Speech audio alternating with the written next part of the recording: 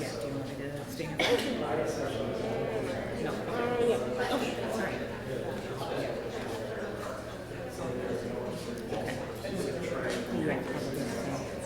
Yeah, stepping up. Is it okay if we just flip the phone just so people can see her? Just we'll push it forward a little bit. Let's put it in the center. Okay.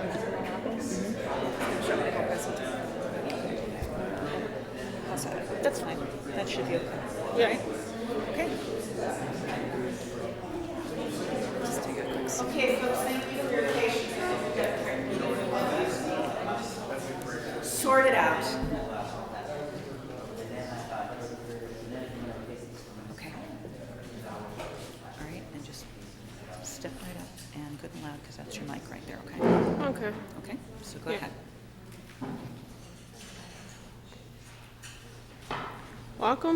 Welcome to the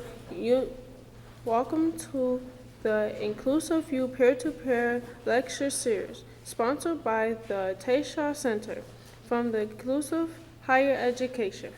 Our topic today is iPad technology supporting inclusion in higher education.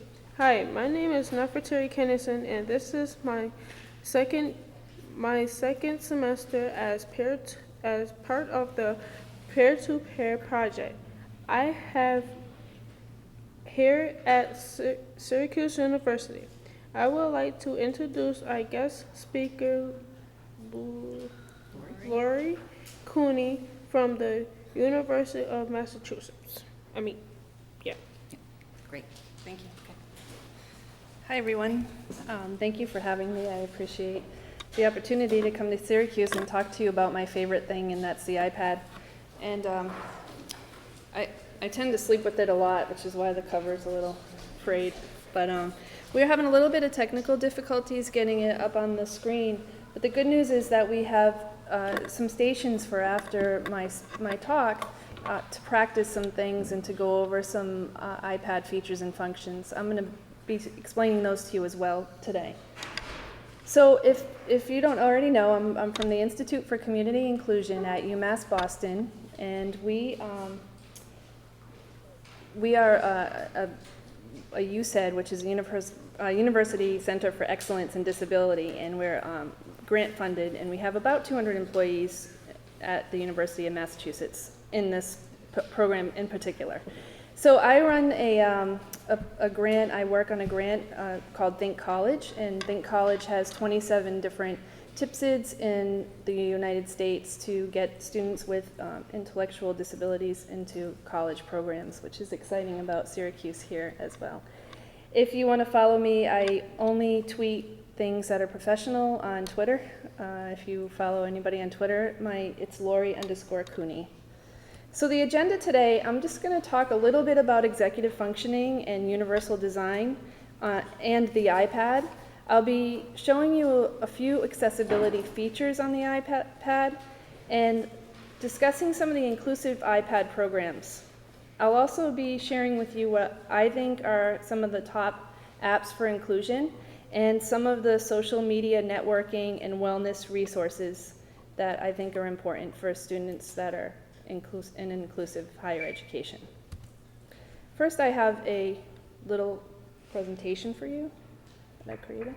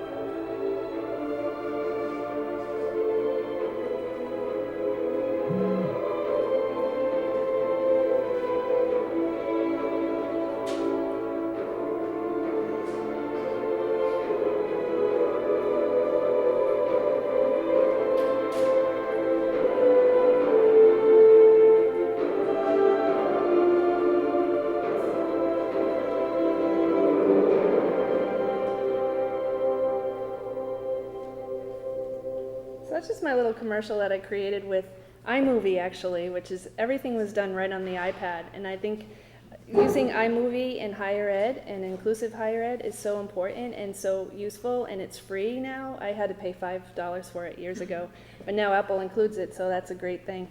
I think it's a really good way for students to organize things, to capture video, capture pictures.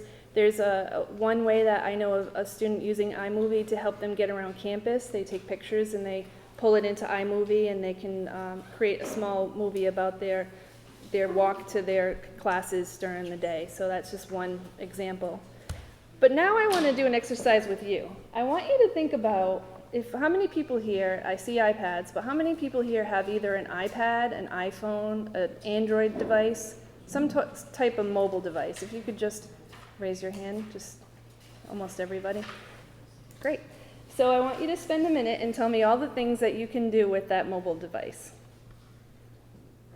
Yeah, you can just shout it out if you want. I'll give you about 30 seconds. I think most people know. Take pictures. Email. Research, yep. What's that? Music. Play words with friends. There you go. It's a social fun game. Builds vocabulary. Instant messaging. Chat. Mm-hmm. Log my runs. I'm sorry? Log my runs. There you go. Log my runs. Or like So we talked about digital camera, pictures, right? We have record audio, which is an excellent way, especially going to college or even in secondary school, is to be able to record what people are saying, lectures and things like that. Recording video. I always find it interesting, I'm going to go right to the last one, that most people, they don't say that you can talk on it. I mean, I know it's assumed if you have a mobile device that you can talk on it, but not everyone says that, so it's kind of interesting. Watch TV. How many people have watched TV on their device, or YouTube video on the device? Surf the net, and QR code reader, which we'll be using today. Does anybody know what a QR code reader is? Some of you do. It's just those little square, funky dots that they actually go out to a website, or they go to a picture, a video. They're very useful. The first time I ever saw one was in the middle of Times Square in New York City, and it was for a Calvin Klein ad, which was not appropriate to put in a magazine, but they put this QR code on the building, and so when you went and you put your phone up, it sent you to this really racy ad. So it's interesting how you can use QR codes for many different reasons. And pay bills. I tend to pay my bills using my iPhone in many different types of commuting that I do. I won't say in the car. I have another. Hello, audience. This is Cooney, and she is an athletic. Well, it's true. Lori is going to show you a bunch of apps you can use with students for executive functioning and productivity. So I appreciate Siri. I use her a lot. She's telling you that I am an app addict, and I'll tell you right off the bat that I have over 900 apps, at least 900 apps. I think I've crossed 1,000, but I will only be sharing with you a handful of those apps today. I do want to talk to you about executive functioning, and I know that's a big term, but I want to just explain a little bit about it and why it's so important in inclusive higher ed. First of all, it's a mental process that helps us connect past experiences with present action and present learning. So helping students be prepared by planning, by organizing, by remembering details to things, and by managing their time. So that's really important with executive functioning. But what I find with executive functioning, that it needs to be combined with universal design. And universal design it comes out of architecture from many years ago, where they created ramps for individuals who had a wheelchair, but it also helps people who have children in carriages. So it's universally designed for everybody.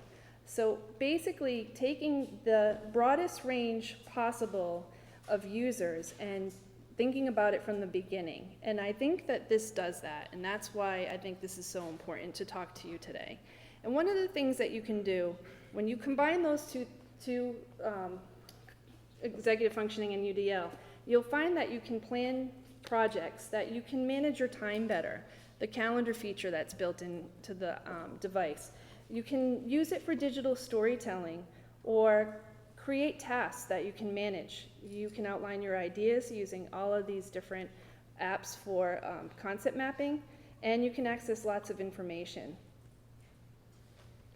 And Lynn Meltzer from the Tufts University, she's the co-founder and co-director of the Institute for Learning and Development. She said that we need to teach executive functioning strategies so that students can plan, organize, prioritize, and use their working memory effectively. Then they become efficient and successful. And I know I always want to take everything that I did way back when I was learning, which would be all the old books, all of the magazines, the newspapers, the notebooks, and I would like to bring that and show you how much material I would actually have to have with me that can fit right in this iPad. If you think of all the different classes that you take and all the different notebooks that you had and textbooks, but being able to just access everything in one electronic device with a battery that lasts 10 hours, I think it's a pretty amazing thing. So I say, why iOS? iOS is your iPad, your iPhone, and your iTouch. Why iOS? Well, you started in my little commercial. It's innovative. It's light and portable. The battery life is amazing. It has your calendar. You can do email on it. You have the ability to save everything in what they call the cloud. And the cloud is another amazing thing, because whether I have my iPhone, my computer, or my iPad, all of my files are accessible. And I think that's amazing. It has an integrated camera for most parts, unless you have an iPad 1, you have a camera connection.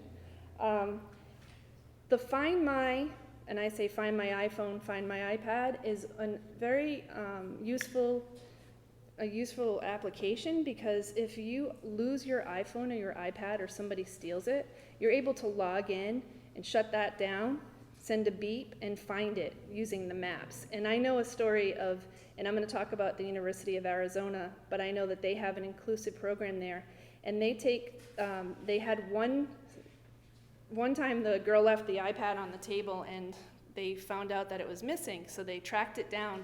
And Phyllis Brodsky, who's a good friend of mine, she actually got in her little car and drove after them, which I think she was crazy, but she did. And she found out that it was somebody that worked at the university who took the iPad, and as soon as the person got off the bus, they said, "You have our iPad." So they tracked the iPad down, which I thought was pretty amazing, and I just like to share that story.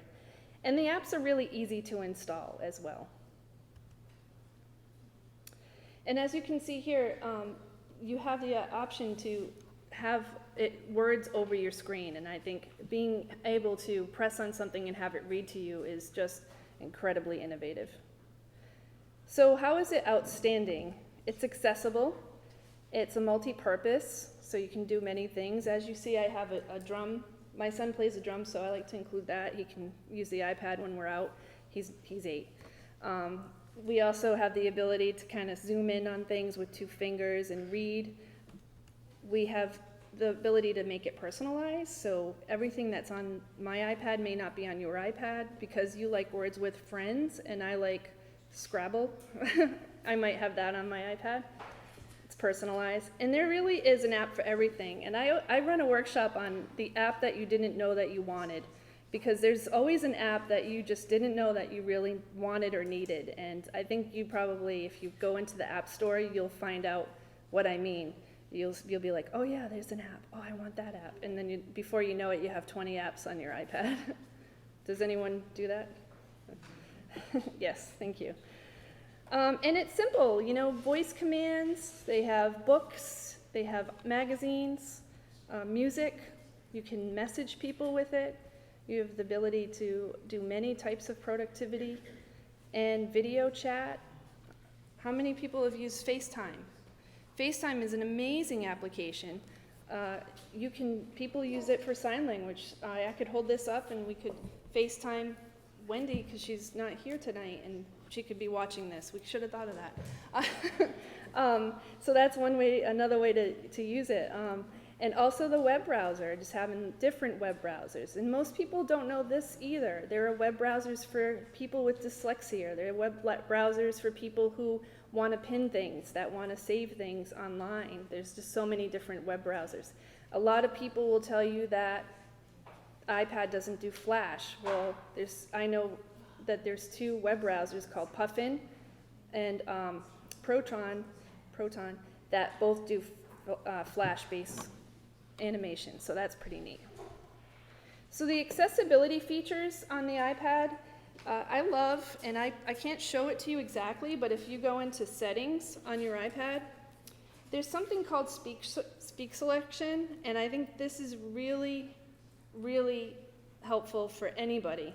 So I'll even drive to my office, and I live on Cape Cod, so my office is in Boston, and sometimes that can take an hour or it can take 3. It just, depends on the traffic. So I put on my accessibility and I click speech selection. So accessibility to speech selection. And that gives me the ability to change the speaking. Speak selection reads selected content. It reads Speak selection reads selected content. at the rate that you want it to read at. So if I know some people who have visual impairments, they actually put it up to here Speak selection reads selected content. because they can process a lot quicker. Let me just show you why this is so great. If you go to a website, you can just select this Speak selection reads selected speech and content. it will read to you. How many people have used this? Nope, a couple of you. So let me just give you an example. Here's the Syracuse basketball schedule.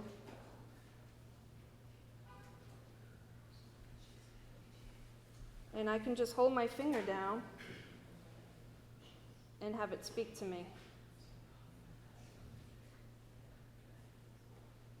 Come on. Exhibition. Exhibition.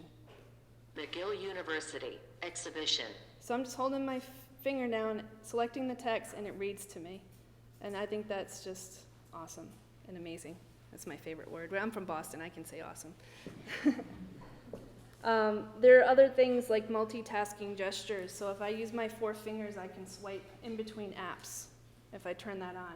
I can lift up my whole iPad, and I can have the bottom scroll. It's just a little slow today. See that? I can scroll through my apps that way. I love that because you're not hitting the home button all the time to get home. So that's another real big feature. I'm going to show you a video of a parent that is from the Boston area. And I think this is a really good video, and I'm going to talk about social networking, and I think this ties very well into it. So. If I could say something to parents. Can you hear that? This is hard. It's time to let go. It's time to let go and believe in your kid.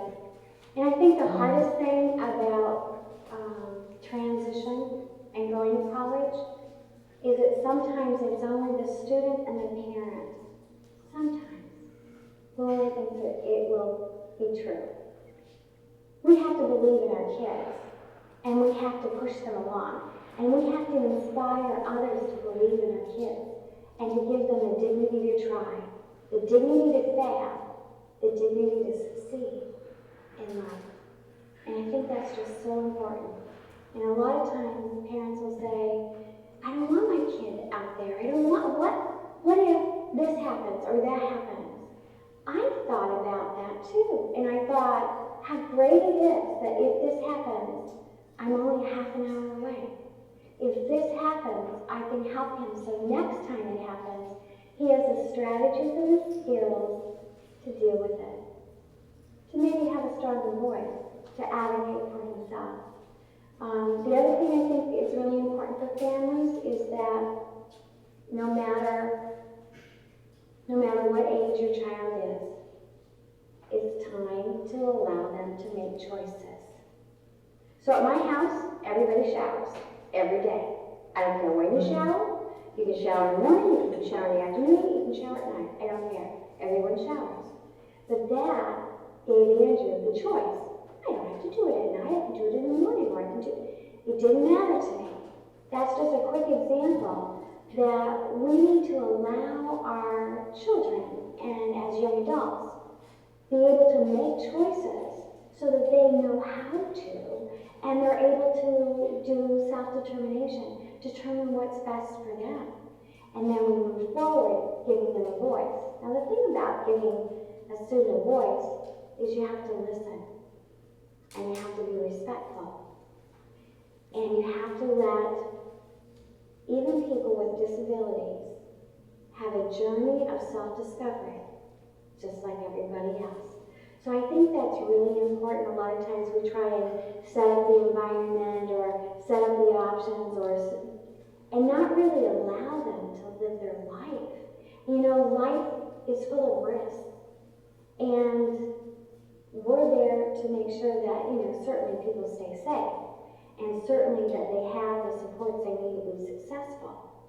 But we're not there to take their life away. We're there to ensure that they're successful. And for parents, for sure, you will be surprised beyond belief.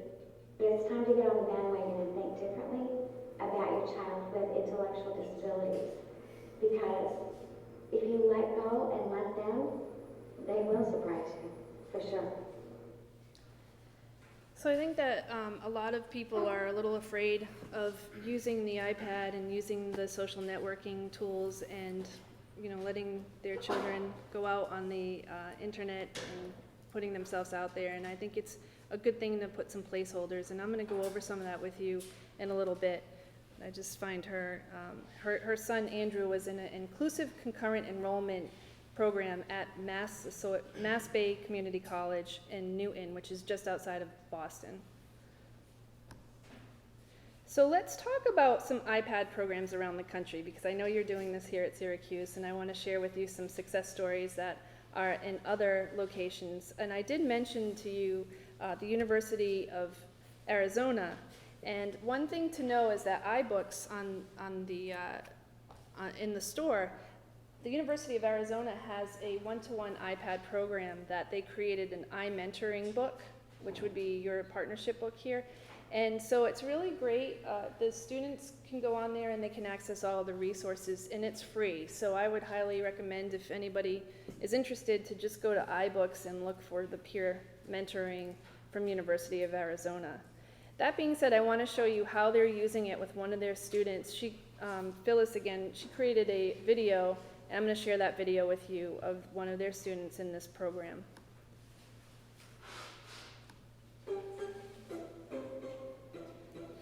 This is some music in the background.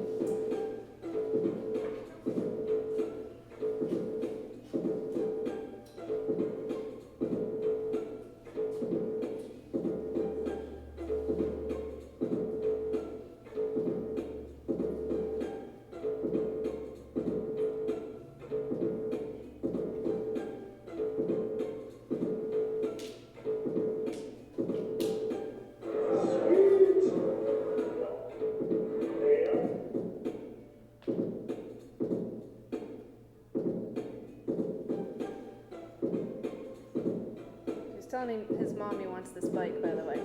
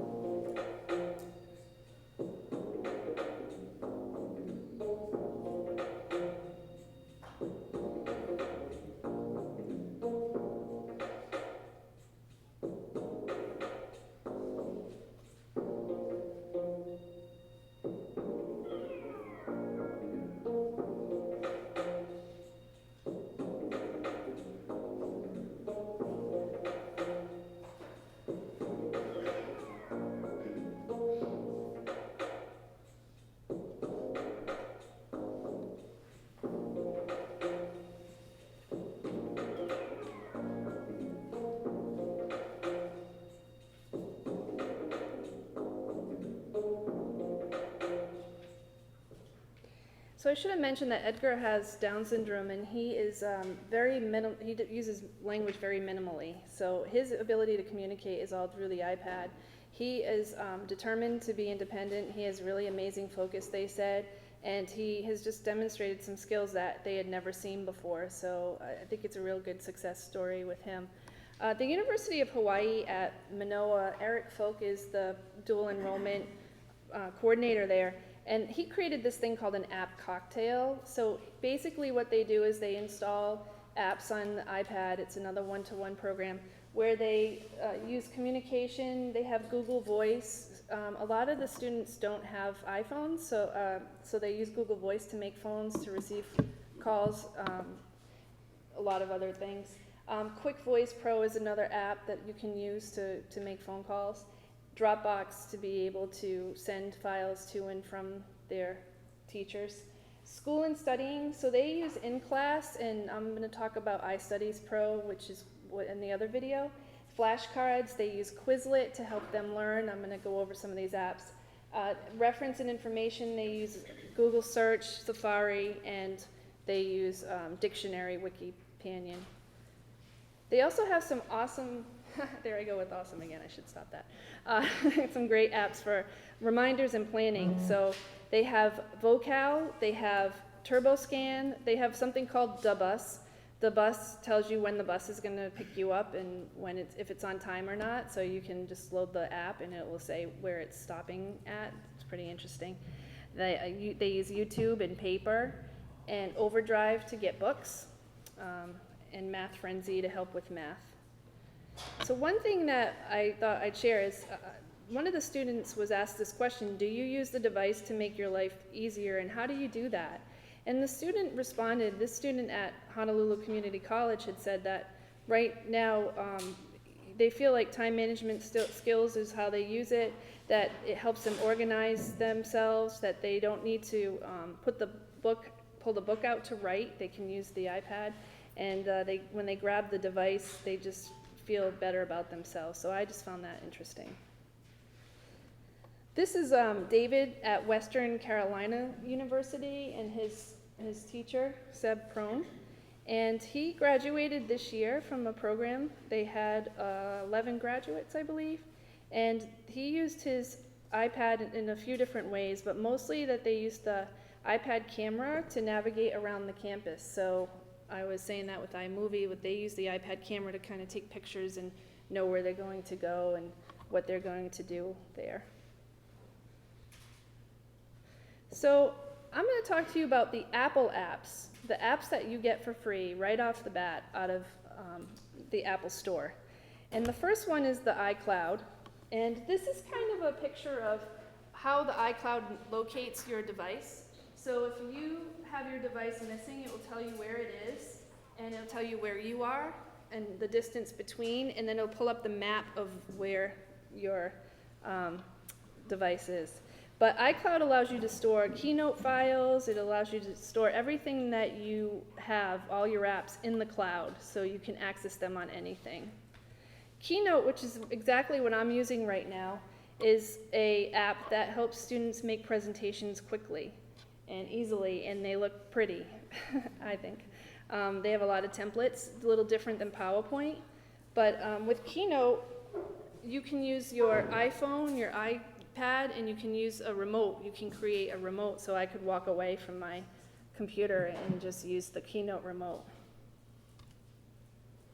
Pages it's kind of like Microsoft Word, and it works with Word if you have a desktop computer, but Pages, again, allows you to create beautiful documents. You can turn on Siri, which is this little microphone here, and you can talk right into the document, and it will turn all of your voice to text. So you don't even need to type. And I know that some people have trouble, using the keyboard on here, so you can just talk into it, it'll turn it to text, and it's awesome. It's really good. And sometimes we process quicker if we speak, than when we're trying to type, so I think it's a real useful app. And then notes. Now, I can tell you from experience that I must have at least 25 note apps in my app library, because I've tried every note-taking app. But I always default over to the one that comes with the iPad because, again, with the cloud, I can take notes on it. I can use my Siri, talk into my notes, record a lecture, and then I can save it to all of my devices. It saves automatically again. So if you share accounts, you can share notes with people. It's another interesting thing. Does anyone here use the notes on their iDevice? Yeah, okay, great. And then photos and photo albums. A lot of people don't realize that you can create different albums. Once you go into your pictures, when you click edit, you can add a new album. So say you want to have a family album, you want to have a school album, you want to take pictures of your learning. Maybe your teacher's doing math and you want to just take pictures and put all of the math into the algebra album. You can do that. So there's all different ways to use the photo albums. And we're going to be showing you that over in one of those stations there, station 2, I think, I'm guessing. You'll find out. But again, another great way of organizing your timeline using your photos. And apps for inclusion. So I'm going to share with you some of these apps. They have about 76 billion apps in the App Store. I think something crazy amount like that. And one of them that a lot of the people in higher ed that have these inclusive programs are using is the Vocal. And the Vocal allows you to create reminders that are sent to you through your voice, and anyone can record it. So if you don't want to hear your own voice, but you want to have your partner or somebody else, like your sister or sibling, or put their voice in, they can put the reminders in and it will pop up and you'll hear the voice calendar reminder. So, brush your teeth, which, well, we really shouldn't have to do that, but I do with my child. So Vocal is really, it's 99 cents, and I think it's worth the 99 cents. I think a lot of people really like using it. I like GoTasks. If you're a Google user, GoTasks is integrated with Google, so it's a task management. You can put as many lists that you want. So say you have homework lists, I have a few examples here with my work iPad training list, and I can just add all of the tasks, and it will remind me of what those tasks are. Just to go into my notifications on my iPad, and I can just click on it, the little box when I'm done, and it checks it off. So you can see how many you've had, when you had them, you can print a list of them, and you can wipe them clean. And again, you can see them on Google, so that's a really nice feature. Dropbox is similar to the iCloud, but I've been using Dropbox. I have about 4 different accounts with 4 different email addresses. That's how you get around, the 2 gig maximum, I should say. But Dropbox lets you store anything you want in the cloud. So say you have an album that you love that you want to share with somebody. I've done this. You just put the album up on Dropbox and someone can listen to your music. Or if you have some pictures that you took as part of a program, you can share those pictures with somebody else in the album. It's a great collaboration. If you're working on student projects, the students can share a Dropbox account with each other. They can get their homework off a Dropbox account. The teacher just has to create it and share that out. So it's really, really useful. I can't say enough about it. I will tell you this, if I recommend Dropbox to you through a link, I get 500 megabytes free. So I'm up to 10 gig on my Dropbox from 2 gig. They give you 2 automatically, so that's pretty neat. And I don't want to say, I should say that Google Docs, Google Drive is very useful too. You can get 5 gigabytes for free with Google Drive. And I don't have that slide in here, but it's worth noting. I know it can be overwhelming, all these apps, so I'm trying. iStudies Pro, do you remember some of us older people used to have those planners, the paper planners, and we'd go and we'd buy the fill and 3 rings or more. We fill it up and we write our planner. Well, iStudies is very similar to that, only it's all built around learning and classroom management. So what you do is you have your planner, you add your classes. You can even add, if somebody has a health issue, you can add their doctors into it and plan that out.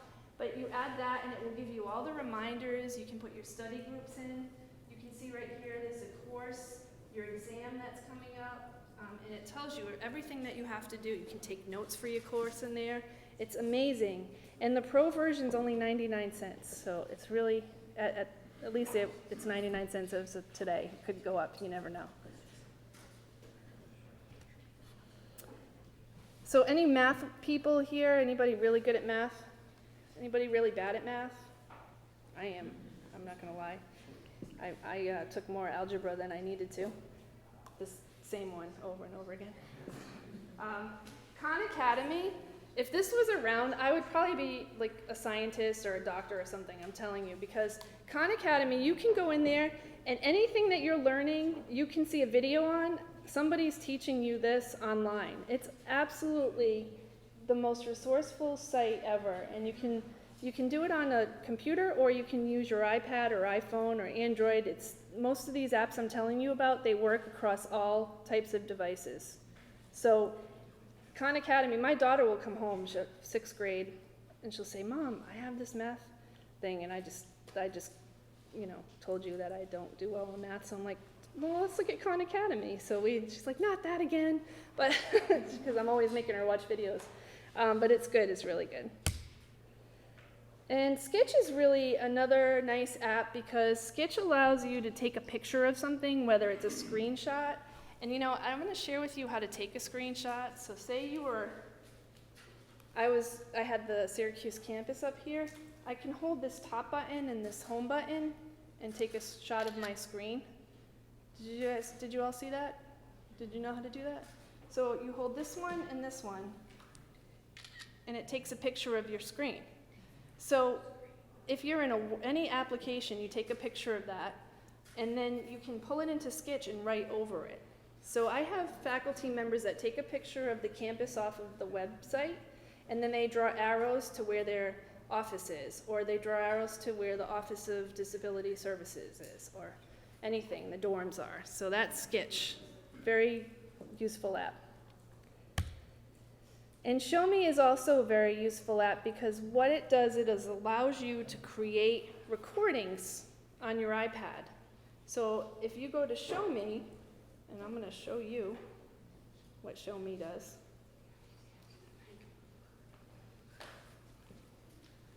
So you can learn anything and you can teach anything. That's their little motto. And so I can do something very simple. I can take the marker and I can write, I can hit the record button. Like 4 times 4 equals 16. 16 times 2 equals 32. Let's keep it simple. And then I'm going to stop that.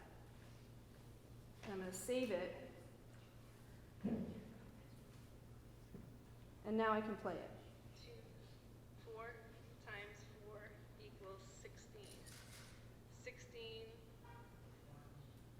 times 2 equals 32. Let's keep it simple. So I just made a recording, but I can also pull in pictures in here. I can go into the Show Me library and I can pull up other Show Me. So I know that my daughter's teacher has a Show Me account, and I can pull up all of the different Show Me's that she's created for her class. I can create all different Show Me's. I can go into those, again, like math or science or English, all sorts of different things. Feel free to ask any questions, too. We're going to have a question and answer, but if you have a question about an app while I'm showing you, please let me know. So this next app I'm going to tell you about is called Telegami, and you can create an avatar. Let me show you. So this is me.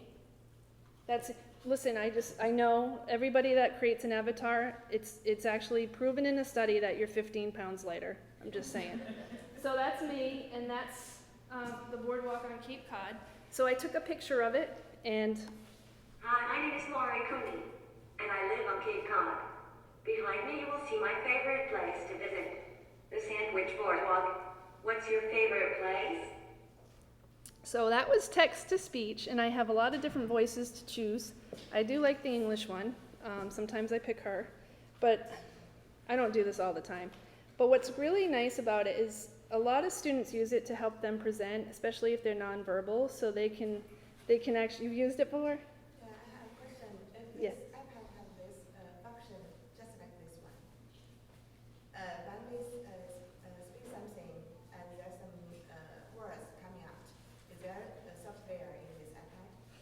So the iPad does allow you to do that. This app in particular takes your words and makes the avatar speak like you. It'll take the written words and then turn it to voice. So like I did, I typed it in, turned it to voice. The Siri app, or I'm going to show you another note-taking app, will take what you say and turn it to text. Okay, so this is voice to text, and then there's text to voice, text to, yeah. So both of those.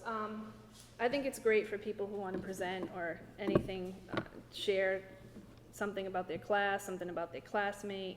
There's just so many different uses. I love using concept maps. I think it's very important to keep people organized. It's a big executive functioning skill for people to use concept maps. I personally, coming from inclusive, so students from 18 to 22 are coming out of high school. A lot of them use Inspiration in high school, so I like the Inspiration app. You can do 5 for free, and it costs a little money to add more, but I just delete them and add, I take a screenshot of my map and then I delete it, and I can always have 5 for free. So that's my tip. Inspiration's probably gonna, don't put this live.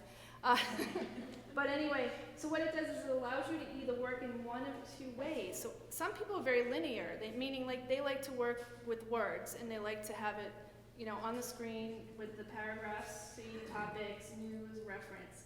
Other people like to work in bubbles or visual. And so you can work in either way, making these maps. Very good way to help organize your day, organize a writing project, organize a project. Very easy to do.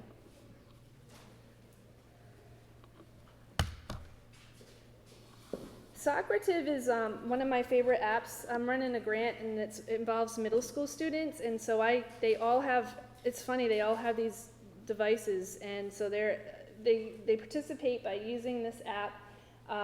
This is created by MIT. It's free. You can use it on anything that has web access, so you can pull it up in a browser, Internet Explorer, Microsoft Firefox, Safari, whatever. And what you do is you create a quiz, and people use their device to answer the questions. They just press the button, and you see live results. So you can ask any question you want. Who is Socrates? I would say, philosopher, painter, teacher, all of the above. Those always give away the answer, though.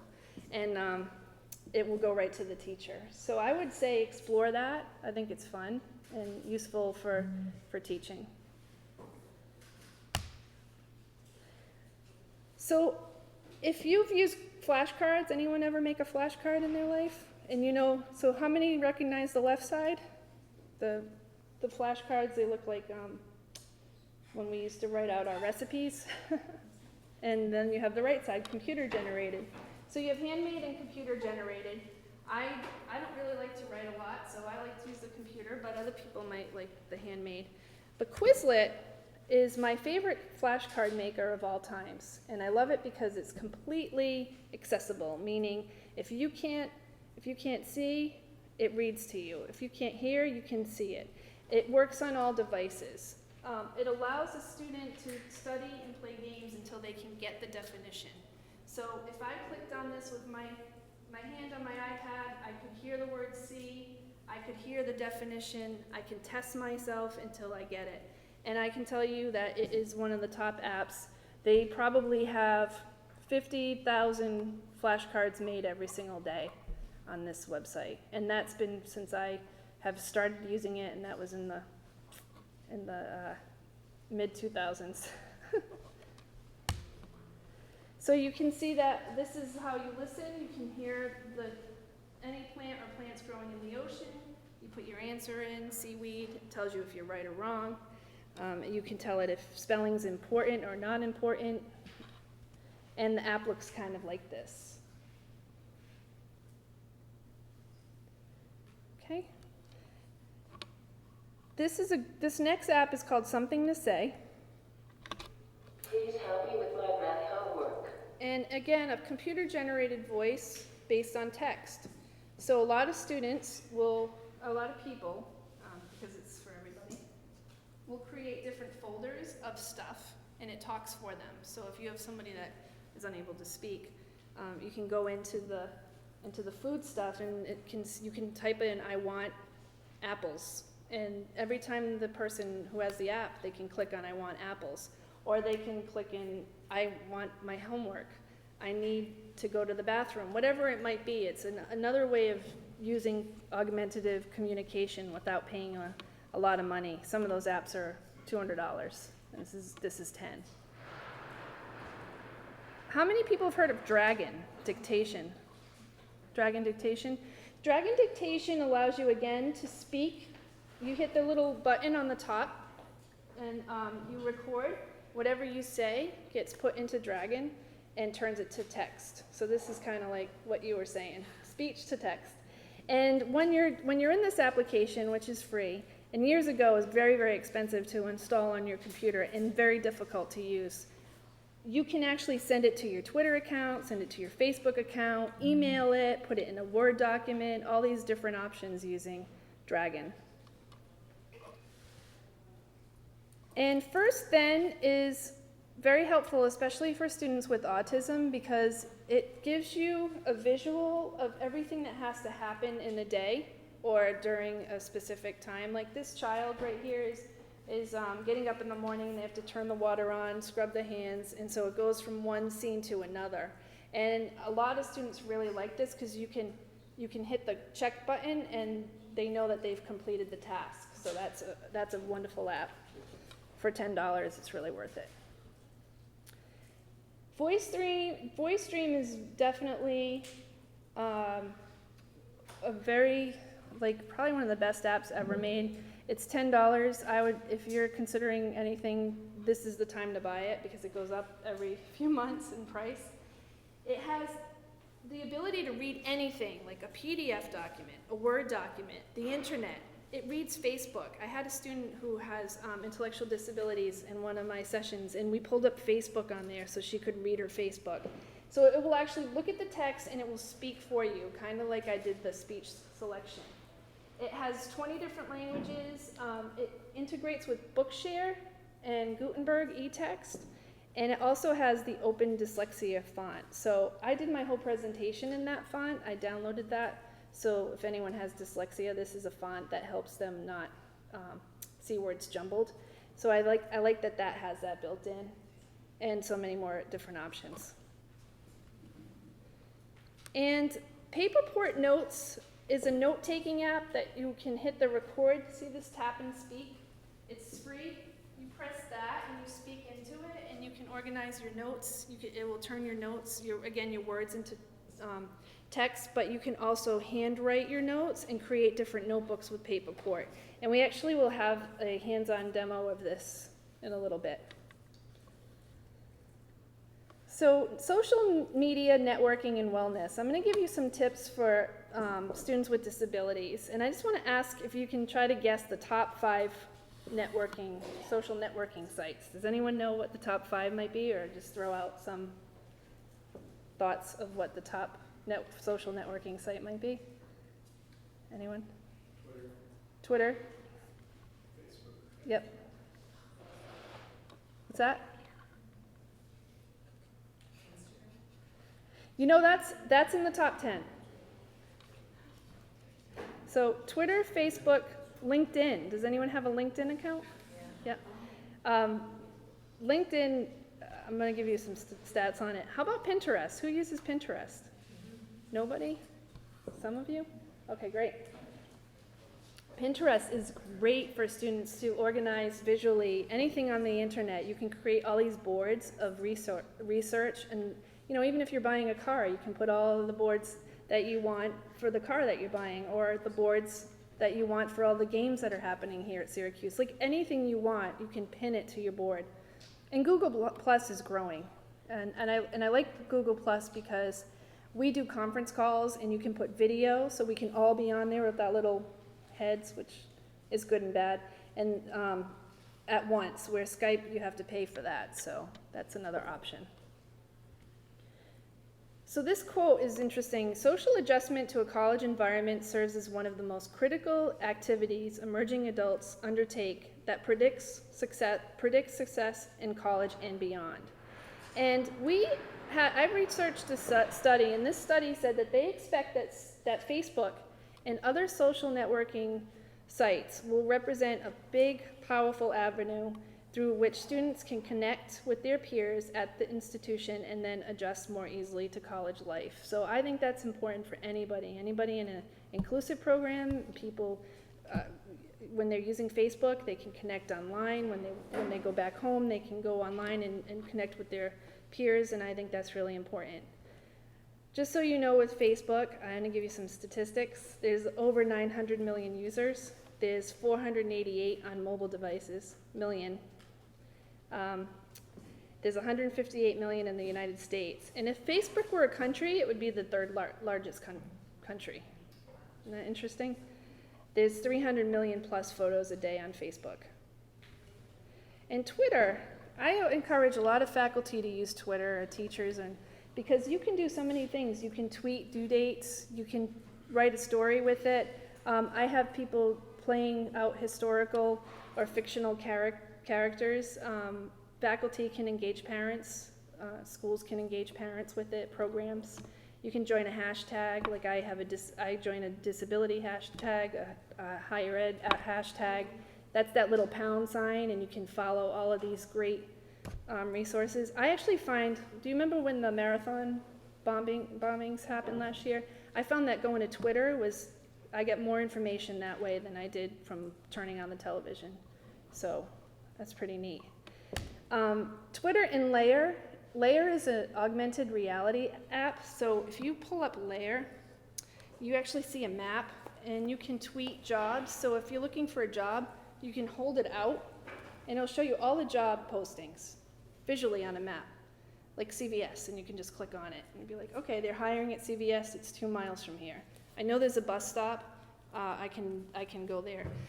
So all the jobs that are out on Twitter will, with Layer, come up with this great employment app. So LinkedIn, 2 new users per second. I just needed to say that, 2 new users per second.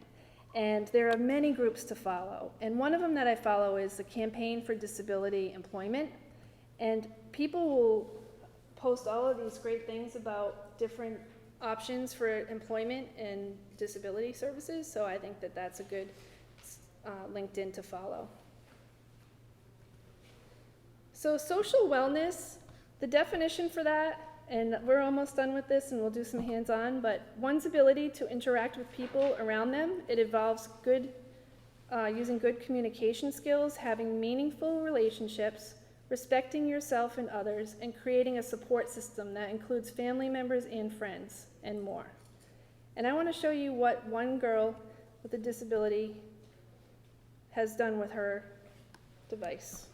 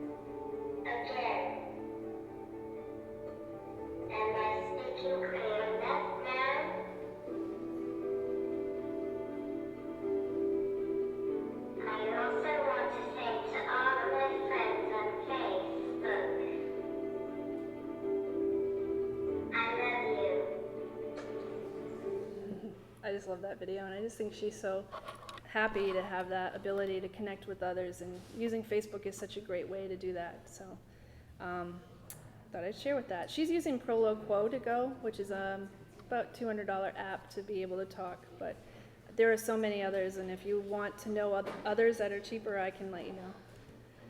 So just so you know, to avoid negative experiences for students with intellectual disabilities in social media, this is my suggestion to you.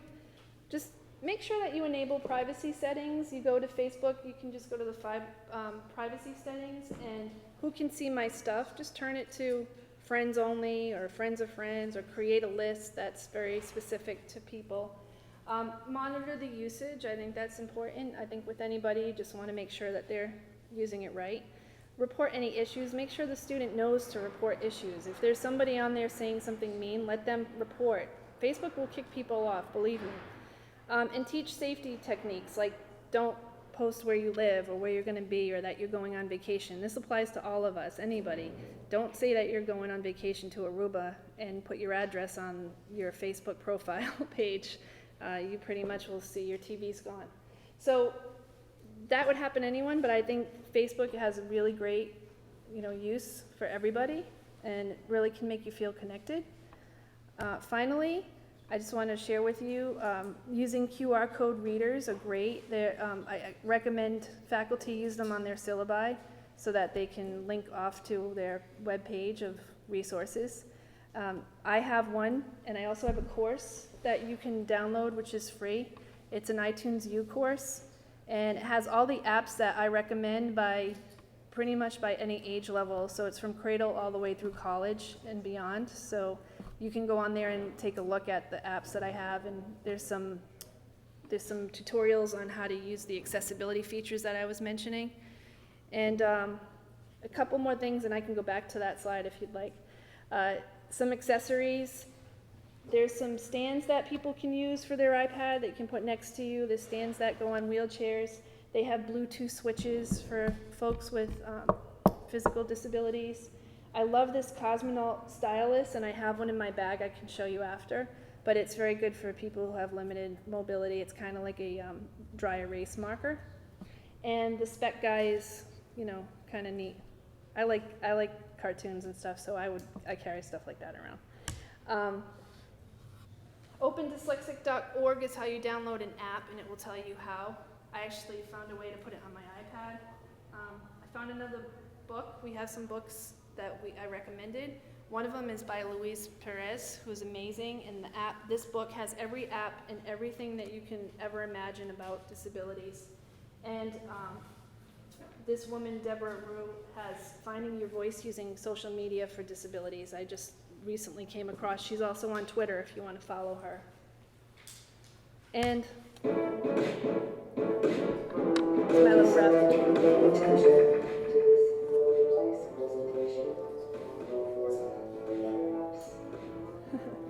So basically that's my little rap song. That's the only time you'll hear me sing using Songify. Basically that would be it. So that's my Twitter account, and that's my presentation to you about inclusive higher ed. I hope that was useful, and thank you for taking the time.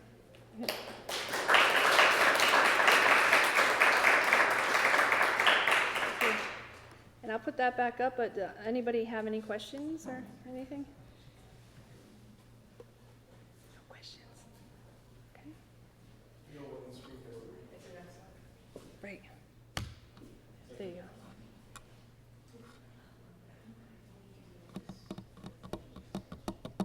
All right, so we're going to break up into, if anyone wants to go into the little sections over here. We have several people running the sessions. Nicole, Justin, Sam, Eddie.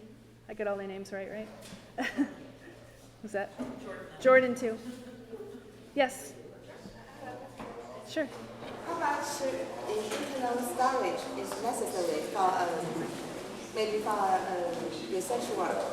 How much storage? How much storage do I recommend? Yeah. So it depends on what you're using. I personally have 64 gig. 64 gig. But you don't need that much. I recommend a little At least 32 is probably a good number. Okay, a good number.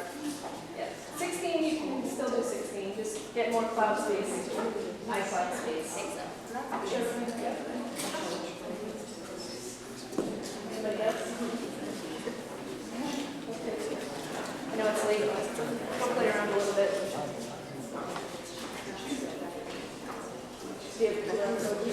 I just downloaded one.